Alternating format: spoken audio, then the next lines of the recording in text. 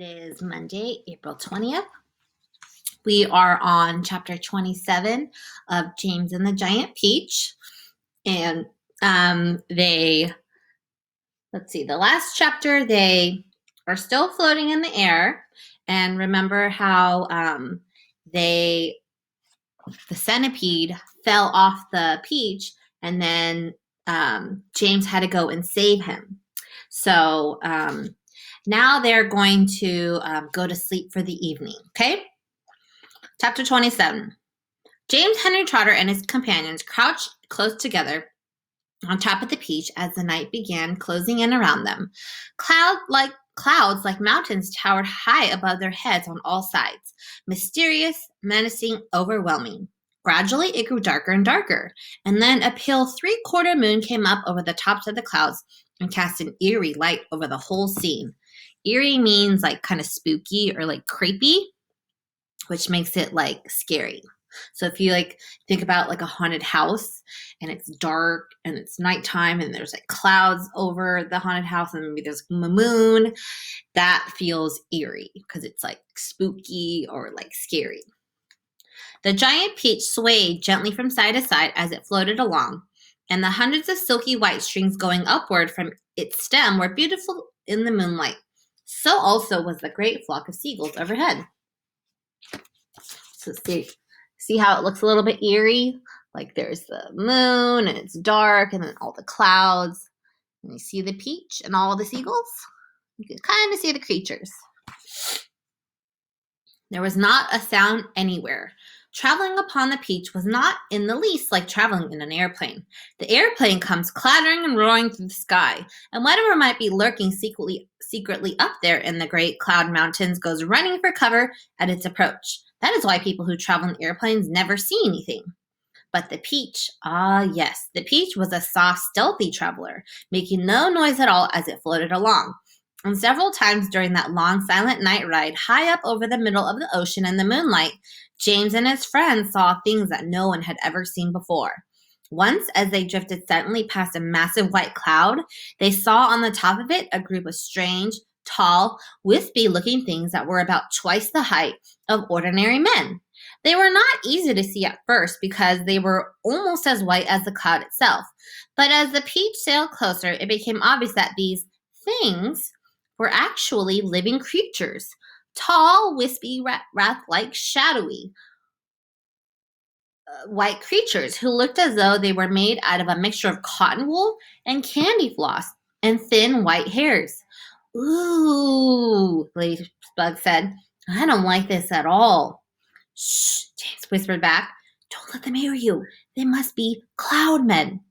"Cloud men," they murmured, huddling closer together for comfort. Oh dear. "I'm glad I'm blind and can't see them," the earthworm said, "or I would probably scream."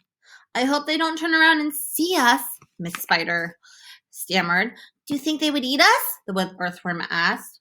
"They would eat you," the centipede answered, grinning. "They would cut you up like a salami and eat you in thin slices." The poor earthworm began to quiver all over with fright. "But what are they doing?" the old green grasshopper whispered. "I don't know," James answered softly. "Let's watch and see." The cloud men were all standing in a group, and they were doing something peculiar with their hands. First, they would reach out, all of them at once, and grab handfuls of cloud. Then they would roll these handfuls of cloud in their fingers until they turned into what looked like large white marbles. Then they would toss the marbles to one side and quickly grab more bits of cloud and start over again. It was all very silent and mysterious. The pile of marbles beside them kept growing larger and larger. Soon there was a truckload of them there at least. "They must be absolutely mad," the centipede said. "There's nothing to be afraid of here." "Be quiet, you pest," the earthworm whispered. "We shall all be eaten if they see us." But the cloudmen were much too busy with what they were doing to have noticed the giant peach floating silently up behind them. Then the watchers on the peach saw one of the cloudmen raising his long, wispy arm above his head, and they heard them shouting, "All right, boys, that's enough. Get the shovels." And all the other cloudmen immediately let out a strange, high-pitched whoop of joy and started jumping up and down and waving their arms in the air. And they picked up an enormous shovels, and rushed over to the pile of marbles and began shoveling them as fast as they could over the side of the cloud into space. Down they go! They chanted as they worked. Down they go! Hail and snow, freezing the seasons, and noses will blow. It's hailstones, whispered James excitedly. They've been making hailstones, and now they are showering them down into the people in the world below. Hailstones, the centipede said. That's ridiculous. This is summertime. You don't have hailstones in summertime. They are practicing for the winter, James told him. I don't believe it, shouted the centipede, raising his voice. Shh, the others whispered, and James said softly, For heaven's sake, centipede, don't make so much noise. The centipede roared with laughter. Those imbeciles couldn't hear anything, he cried. They're deaf as doorknobs. You watch. And before anyone could stop him, he had cupped his front feet to his mouth and was yelling at the cloudman as loud as he could. Hey, you! He yelled. You blunderheads! What on earth do you think you're doing over there? The effect was immediate. The cloudmen jumped around as if they had been stung by wasps, and when they saw the great golden peach floating past them not 50 yards away in the sky, they gave a yelp of surprise and dropped their shovels to the ground. Uh-oh. And there they stood, with the moonlight streaming down all over them, absolutely motionless, like a group of tall, white, hairy statues, staring and staring at the gigantic fruit as it went sailing by. The passengers on the beach, all except the centipede, sat frozen with terror, looking back to the cloudmen and wondering what was going to happen next. Uh-oh, centipede, I think he's gotten them into some trouble. Now you've done it, you pest, whispered the earthworm to the centipede. I'm not afraid of them, shouted the centipede. It's hard to see this picture, but I think this is the cloudmen. It's really hard to see it, though. But you can kind of see the lines. This is what, like, the book was describing, how it's like they have, like, white hairs.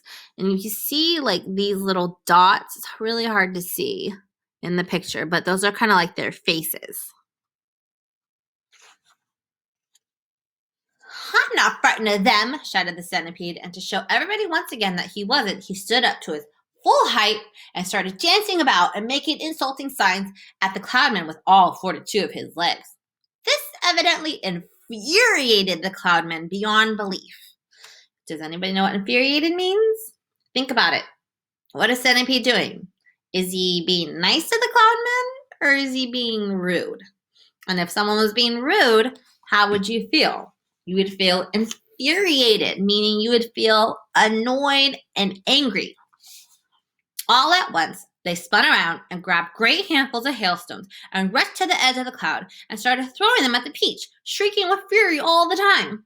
Look out! Cried James. Quick, lie down, lie flat on the deck. It was lucky they did. A large hailstone can hurt you as much as a rock or a lump of lead if it is thrown hard enough. And my goodness, how those cloudmen could throw. The hailstones came whizzing through the air like bullets from a machine gun, and James could hear them smashing against the side of the peach, burying themselves in the peach flesh with horrible squelching noises. Plop, plop, plop, plop, and then ping, ping, ping, as they bounced off the poor ladybug's shell because she couldn't lie as flat as the others, and then crack, as one of them hit the centipede right in the nose, and crack again as another one hit him somewhere else. Ow! He cried. Ow! Stop! Stop! Stop! But the cloudmen had no intention of stopping. James could see them rushing about on the cut like a lot of huge, hairy ghosts, picking up hailstones from the pile, dashing to the edge of the cloud, hurling the hailstones at the peach, dashing back again to get more, and then, when the pile of stones was all gone, they simply grabbed handfuls of cloud and made as many more as they wanted, and much bigger ones now, some of them as large as cannonballs. Quickly, cried James, down the tunnel, we'll all be wiped out. There was a rush for the tunnel entrance, and half a minute later, everybody was safely downstairs inside the stone of the peach, trembling with fright and listening to the noise of the hailstones as he came crashing against the side of the peach. I am a wreck, cried the centipede. I am wounded all over. It serves you right, said the earthworm. Would someone kindly look and see if my shell is cracked? The ladybug said. Give us some light, shouted the old green grasshopper. I can't, wailed the glowworm. They've broken my bulb. Then put in another one, the centipede said.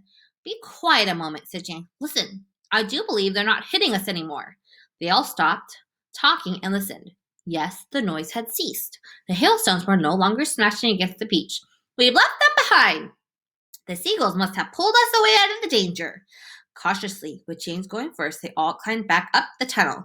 James poked his head out and looked around. It's all clear, he called. I can't see them anywhere. Chapter 28. One by one, the travelers came out again. Let me just check how long this chapter is. Okay, so this is kind of a long chapter. So I'm actually going to stop there, and I'm going to read this next chapter tomorrow. Okay, my friends? So I want you to think. Since I sort of showed you a picture, I want you to recreate that picture if you want.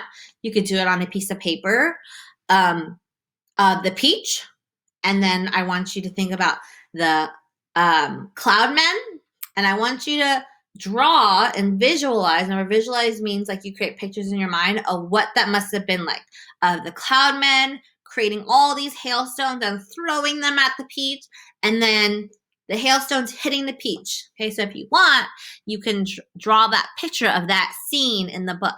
Okay, my friends? I hope you guys have a wonderful Monday, a great start to your week, and I will see you tomorrow. Bye.